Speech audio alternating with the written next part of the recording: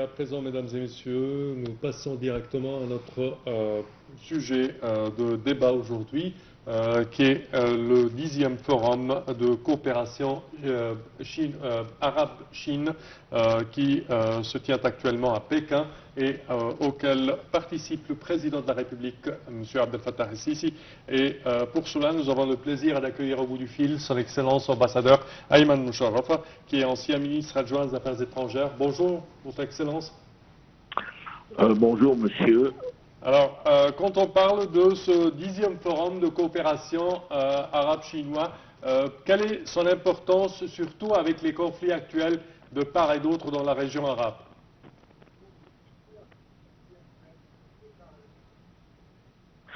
Comment dire, la visite du président de la République, M. Abdel Fattah el-Sisi, pour inaugurer la 10e session du Conseil ministériel arabo-chinois et pour fêter aussi le 20e anniversaire d'instaurer ce dialogue qui est très important pour promouvoir les relations sino-arabes.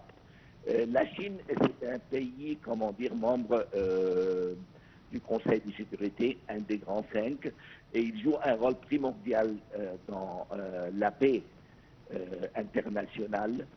Et il a, comment dire, une forte vision envers tous les conflits mondiaux. Et la Chine a été toujours un joueur très important qui est très proche du Moyen-Orient. Parce que la Chine a des intérêts très importants au Moyen-Orient, comment dire, l'échange économique l'année dernière est monté à 430 milliards et s'est projeté dans plusieurs années à monter à 600 milliards. Les investissements chinois dans le Moyen-Orient, c'est 250 milliards et en Égypte, c'est 8 milliards. Alors, la sécurité et la stabilité au Moyen-Orient, c'est très important pour la Chine.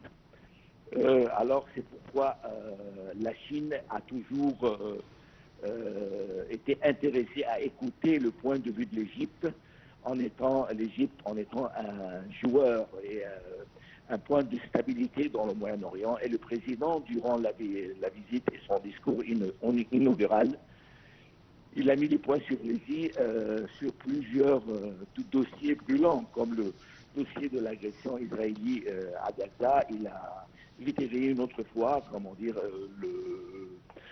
le devoir de la communauté internationale d'intervenir et avoir un cessez-le-feu immédiat et acheminer l'aide humanitaire à la civilisation sinistrée au bord de Gaza, oui. Et le refus total et catégorique de changer la situation des habitants palestiniens ou de faire un mouvement forcé de cette population.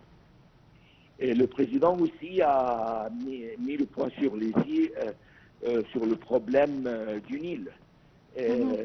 Il a réitéré que l'Égypte, depuis 10 ans, a négocié avec l'Éthiopie pour avoir comment dire, un traité qui divise l'utilisation de l'eau du Nil. Mais oui. Jusqu'à maintenant, on n'a pas abouti à un traité vis-à-vis de ce problème.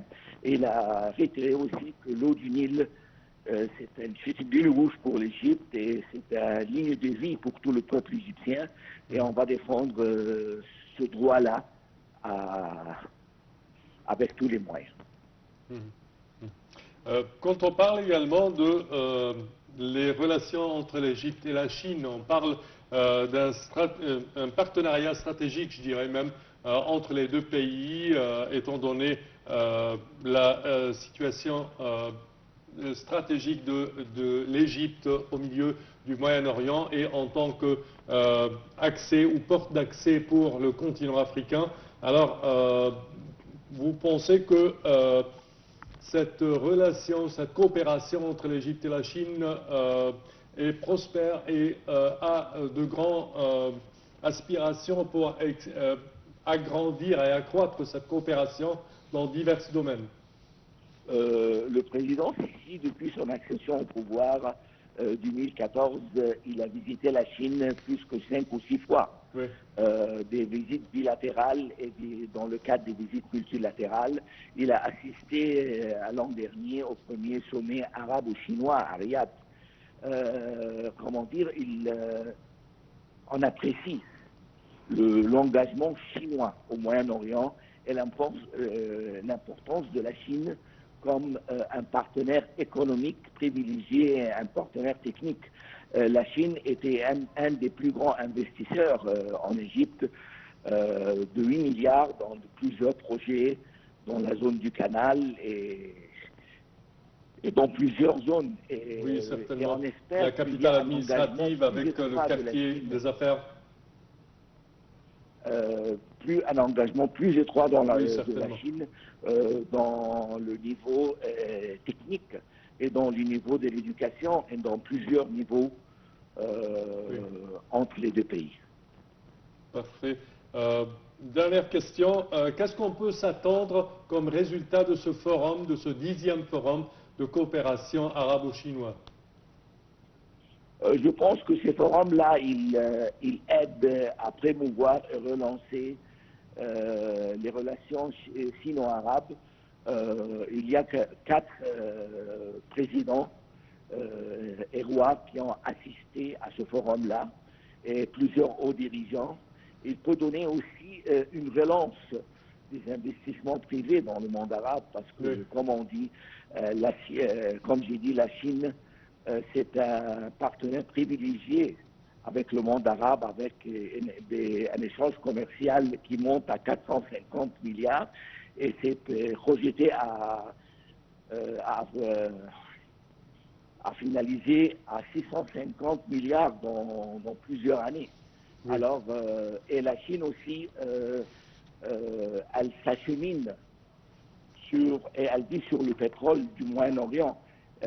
Plus que 30% des approvisionnements du gaz et du pétrole, c'est en provenance du Moyen-Orient. Alors, la Chine, elle attache une importance primordiale aux relations du monde arabe et j'espère que ces relations et ces forums périodiques, ils vont promouvoir et relancer des nouveaux investissements et des nouveaux, comment dire, projets qui vont être privilégiés et qui peut promouvoir les relations étroites entre les deux pays. Parfait. Votre Excellence, ambassadeur Ayman Musharraf, nous tenons à vous remercier de vos explications. Je répète que vous êtes ancien ministre adjoint des Affaires étrangères. Merci à vous. Chers téléspectateurs, malheureusement, notre temps arrive à vous. Au terme de cette édition, je tiens à vous remercier d'avoir été des nôtres. Je tiens également à remercier ma collègue Yara. Merci Sem, merci mesdames et messieurs. C'est toujours un plaisir pour toute l'équipe de chaque vendredi d'être parmi vous chaque vendredi à la même heure.